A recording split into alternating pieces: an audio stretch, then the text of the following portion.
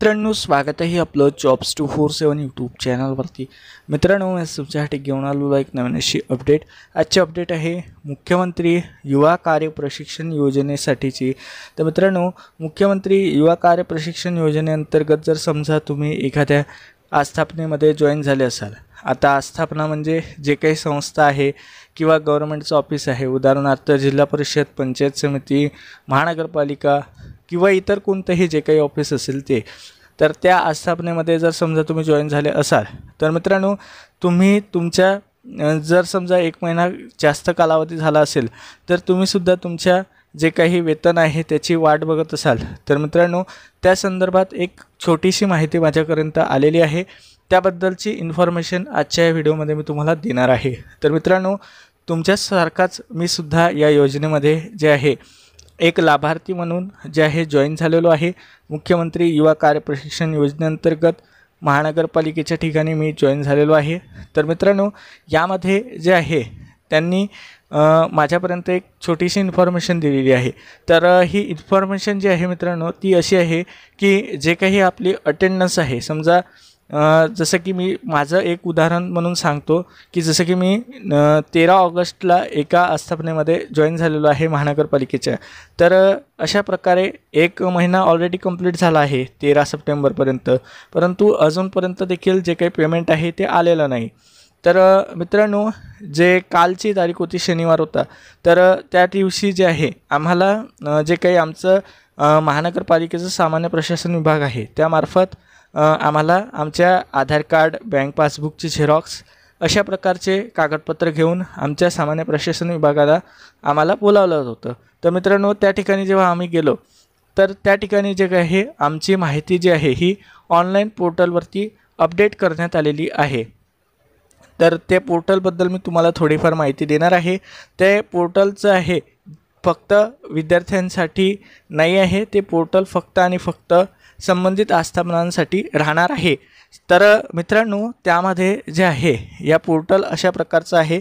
हे पोर्टल आहे cmykpy.mahaswayam.gov.in। तर येथे जे आहे या पोर्टलवरती तुम्हाला बेसिक माहिती भरायची आहे, जसे की येथे लॉग इनचं ऑप्शन दिलेलं आहे। तर जे आहे येथे लॉग इनवरती संबंधित आस्थापना क्लिक करते सुरुवातीला, आणि त्यानंतर जे आहे या ठिकाणी एक ऑप्शन्स येतं मित्रांनो, ज्यामध्ये एम्प्लॉयर लॉग इनचं ऑप्शन राहतं। तर एम्प्लॉयर लॉग इनमध्ये जाऊन संबंधित आस्थापना लॉग इन करते।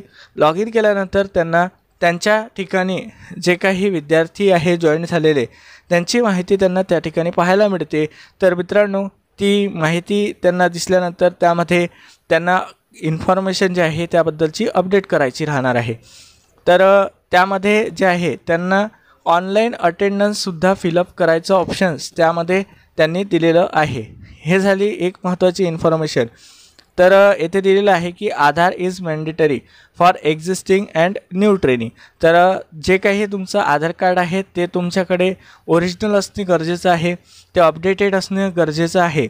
आता मित्रांनो, मला जे काही माहिती मिळालेली आहे त्या आधारे अशी माहिती दिलेली आहे की जे काही तुमचं आधार लिंक बँक अकाउंट राहील त्या बँक अकाउंटमध्येच तुमचे जे काही पैसे आहे हे ट्रान्सफर केले जाणार आहे।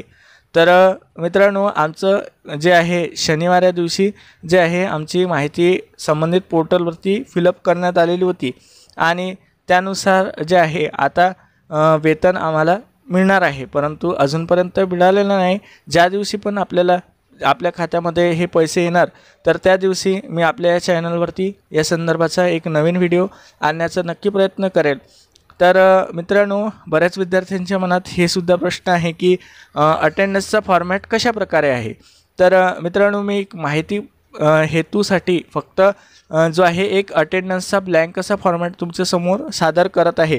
तर त्याचा एक स्क्रीनशॉट तुम्ही घेऊ शकता किंवा तुम्ही माहितीसाठी तो फोटो ॲज अ डेमो म्हणून यूज करू शकता, आणि तशा प्रकारे तुम्ही तुमच्या जे काही आहे विभाग प्रमुख त्यांची त्यावरती तुम्हाला साईन घ्यावी लागेल, आणि जे काही तुमच्या विभागाचं सामान्य प्रशासन विभाग राहील जो की हजेरी संबंधी जी काही माहिती आहे तो सांभाळतो, अकाउंट संबंधीची माहिती सांभाळतो, त्यांच्याकडे जे काही आहे ती इन्फॉर्मेशन तुम्हाला फॉरवर्ड करावी लागेल आणि तेच तुमची इन्फॉर्मेशन जी आहे या पोर्टलवरती अपडेट करतील। तर हे नवीन पोर्टल आहे मित्रांनो, शासनाने लॉन्च केलेलं। हे सध्याच अजूनपर्यंत पूर्णतः इस्टॅब्लिश करण्यात आलेलं नाही, जास्तीत जास्त 7 ते 8 दिवस झालेले आहे या पोर्टलला लॉन्च होऊन। अशा प्रकारची माहिती माझ्यापर्यंत आलेली आहे।